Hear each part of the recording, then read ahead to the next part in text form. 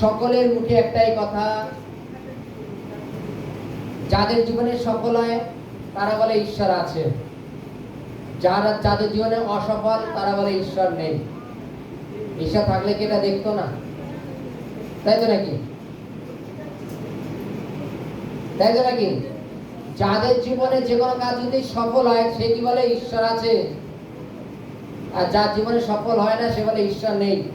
থাকলে কি আজকে আমার জীবনে এই সমস্যা হতো? হালেলুয়া। তার মানে কি সফলতার উপরে আমাদের মুখ থেকে কথা বের হয়, তাই তো? যদি সফলতা খারাপ হয় তাহলে ঈশ্বর নেই, যদি সফলতা ভালো হয় তাহলে ঈশ্বর আছে। একটা জিনিস দেখো,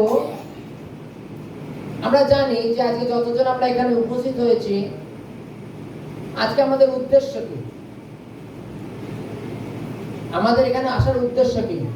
উদ্দেশ্য আমাদের অনন্ত জীবন, পরিত্রাণ, উদ্ধার, সুস্থতা, যীশু খ্রিস্টের শিক্ষা, এগুলো এই মণ্ডলীতে দেওয়া হয়। হালেলুয়া। আমরা যদি মণ্ডলীতে উপস্থিত হই অথচ আজ্ঞা মেনে না চলি তাহলে আমাদের জীবনটা পুরোপুরি বৃথা, পুরোপুরি বৃথা। হালেলুয়া।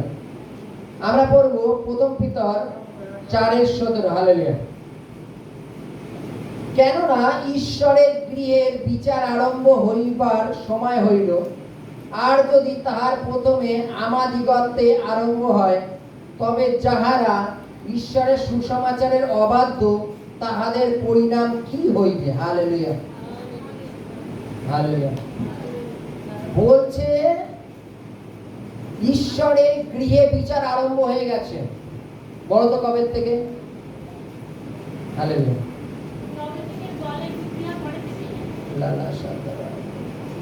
যবে থেকে যীশু খ্রিস্ট এসেছেন তবে থেকে। কেন? যে কেউ মনুষ্য পুত্রকে বিশ্বাস করেছে তার আর বিচার করার দরকার নেই। বাইবেলে লেখা আছে তার আর বিচার হবে না, কেননা সে একমাত্র ঈশ্বরকে বিশ্বাস করেছে, ঈশ্বরের পুত্রকে। জানে যে পুত্রকে যখন বিশ্বাস করেছে এর কনফার্ম 100% ধার্মিক, একে স্বর্গে নেওয়া হবে, তোমার আর বিচার হবে না।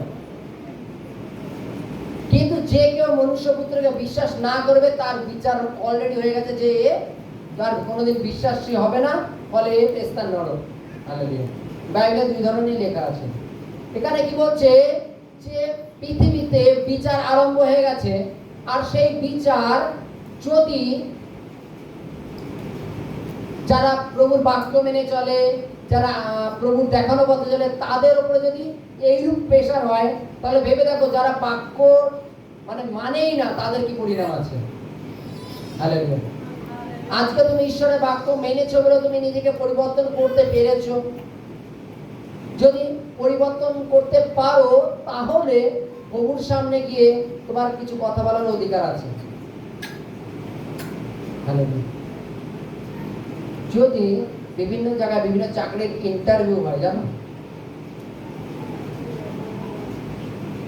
সেই বিষয়ে যদি তোমার একটুখানি পড়া থাকে, কিছু পড়া থাকে, তাহলে সামনের ব্যক্তি যখন তোমাকে কোনো কোশ্চেন করবে তুমি তার উত্তর দিতে পারবে। কিন্তু যদি তোমার ওই বিষয়ে চর্চা না থাকে, সামনের ব্যক্তি কোশ্চেন তো করবেই, তুমি তার উত্তর দিতে পারবে না, কারণ তোমার ওই বিষয়ে জানকারি নেই। আজকে যারা বাক্য মানে, আমাদের প্রত্যেকের জীবনে বাক্য অনুপাতে বিচার হবে। যদি তুমি বাক্য মানো, উদাহরণস্বরূপ বলছি, মনে করো 10টা আজ্ঞার মধ্যে তুমি 9টা আজ্ঞা পালন করছো, করতে করতে ইনকেস মারা গেছো, যখন প্রভু তার বিচারের সামনে উপস্থিত হলে তোমার প্রভুকে কথা বলার অধিকার আছে। কেন জানো? তুমি 9টা পালন করেছো। তিনি স্বর্গে পাঠাবেন না, এটা কনফার্ম। 10টার মধ্যে 10টাই পালন করতে হয়, তাহলে স্বর্গের অধিকারী হয়। 9টা যদি করছো আর একটা করছো না, তাহলে হবে না। কিন্তু তোমার তবুও কথা বলার অধিকার আছে। কিন্তু যে প্রভু আমাকে তুমি যে জগৎ সংসারের মধ্যে রেখেছো, প্রভু এই জগৎ সংসারের মধ্যে থেকে প্রভু আমি 9টা আজ্ঞা পর্যন্ত পালন করতে পেরেছি, একটা পারছি না প্রভু। তুমি 10টা আজ্ঞা দিয়েছিলে, আমি 10টা আজ্ঞাই জানি প্রভু, কিন্তু 9টা আজ্ঞা পর্যন্ত আমি পালন করতে পেরেছি, একটা আজ্ঞা পালন করতে পারছি না। কিন্তু যদি তুমি একদম বাক্যই না পড়েছো, কোনোদিন বাক্যের বাক্য মেনেই চলনি, তুমি কি প্রভুর সামনে গিয়ে কোনো কথা বলার অধিকার আছে তোমার? আছে? বলছে যারা প্রভুর বাক্য মেনে চলে তাদের যদি এইরূপ হয়, ভেবে দেখো যারা বাক্য কোনোদিন মানেনি তাদের পরিণাম কি আছে। হালেলুয়া। ঈশ্বর তিনি আমাদের বাক্য অনুপাতেই বিচার করবেন, বাক্যের বাইরে বিচার করবেন না। আমরা জানি আমাদের সংবিধান আছে, ভারতবর্ষের সংবিধান আছে, জানো? শুধু ভারতবর্ষ না, সব দেশের সংবিধান আছে। বুঝি সংবিধান কাকে বলে? বুঝি